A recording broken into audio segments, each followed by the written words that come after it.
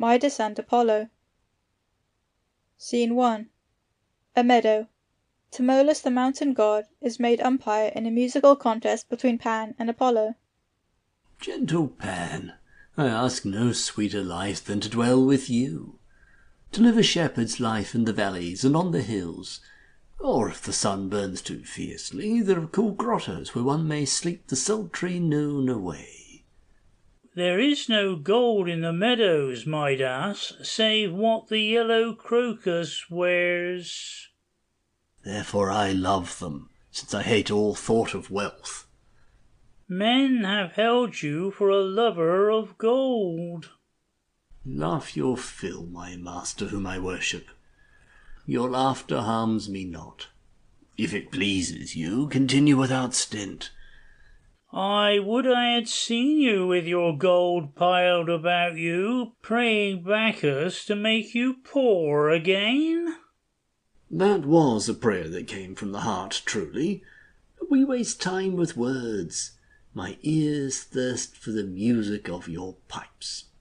You shall hear it presently. Know that I have challenged Phoebus Apollo to a contest of music. Tmolus the mountain god is to be umpire, and I will so delight him with my playing that Apollo, god of music though he is, shall be put to confusion. Will you hear the contest? I will hear it gladly, though I care not for Apollo's part in it. I delight in the merry pipes, but care not for the lyre. Let not Apollo hear you say so, or he will punish you. Here comes Apollo, and Tmolus sits on his mountain listening. See, he has moved the trees from his ears, the better to hear. Apollo comes, wearing a purple robe and a wreath of laurel. Shepherds and nymphs follow. 'Twill be a brave contest, I doubt not. Never before have I heard so much music. If we live to tell the tale, it will be worth the telling. And why should we not live to tell the tale, master? Tell me that. My legs fail me before so much divinity, and I care not who knows it. I had liever run away. He that runs away is no lover of music, and no true man. A shepherd that does not love music is like a cow without horns. Our father Pan is a comfortable god. A man may stand before him without losing his eyesight. But when I look at Phoebus, I must shade my eyes, and I seem to shrivel up as small as an acorn. He is a dangerous god for a common man. Hush! The contest begins. Let not Phoebus hear you chattering. Pan blows upon the pipes a rustic melody. The listeners applaud loudly, especially Midas. Oh, well played, Pan. A most sweet melody. You heard it, shepherds? Was it not sweet? Hush! Apollo rises. Apollo rises in majesty, and plays on the lyre strains of divine harmony. The listeners are entranced. The victory is Apollo's. No man can doubt that. I would not if I could. That is to say, no man in his senses can doubt it. There is something in that lyre that goes to the head like strong wine, and makes a man's tongue unsteady. Oh, the divine lyre! Did not your heart ache when it ceased? I could listen forever. I go not with the crowd. I questioned the decision. Pan's notes were merrier and sweeter. To Pan belongs the prize. Shepherds, return to your homes. Midas, remain. I have somewhat to say to you when Pan has left us. The audience disperse in alarm and confusion. Midas stands with downcast eyes. I do not question the honesty of your judgment, but pity the dull hearing which nature has given you. In proof of my words, I will give you a better pair of ears with which to enjoy music. They shall be large and ample, that nothing may escape them, cunningly clothed with hairs within and without, and as a crowning merit they shall turn easily in all directions. Look in the next pool you pass, and admire the ornament that Apollo bestows upon you." Apollo leaves Midas alone. Midas, touching his ears, "Why, these are ass's ears. he moves them about. I was a fool for my pains. Pan will never have done laughing if he sees these ears. I must conceal them.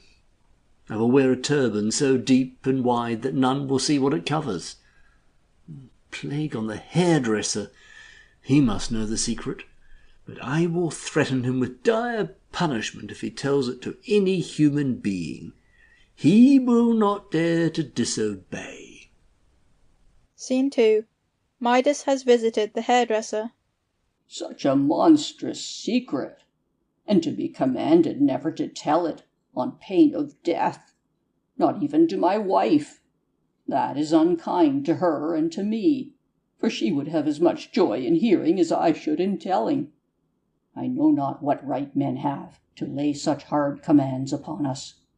It is a great question whether they should be obeyed. But I like my life well enough too, as well as any man. He said he would cut off my ears first, and then take my life. Hist!" He stops in fright and touches his ears to see if they are safe. I almost told it unawares.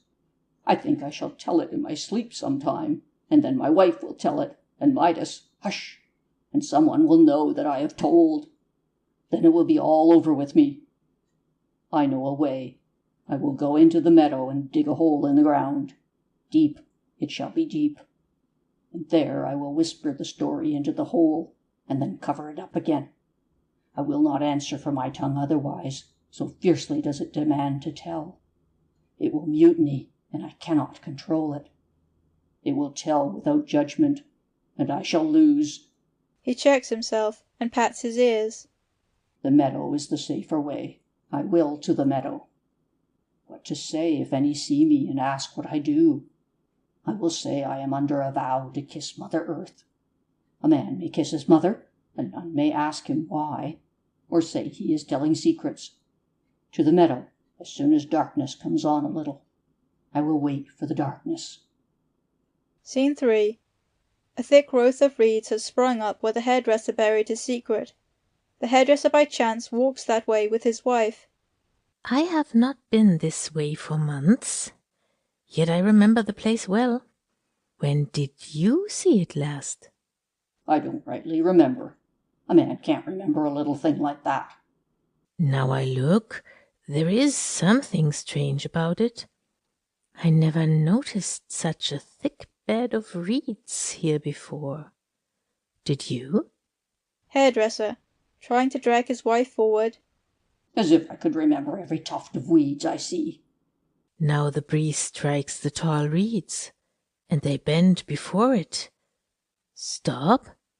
What is that?" What is what? Are you out of your mind? "Surely they are saying something. Listen!" The hairdresser stands rooted to the spot in horror, while his wife bends forward and listens eagerly. "I would never have thought it. They say that Midas has ass's ears?" The hairdresser claps his hands to his ears and disappears with a shout of terror. End of Midas and Apollo.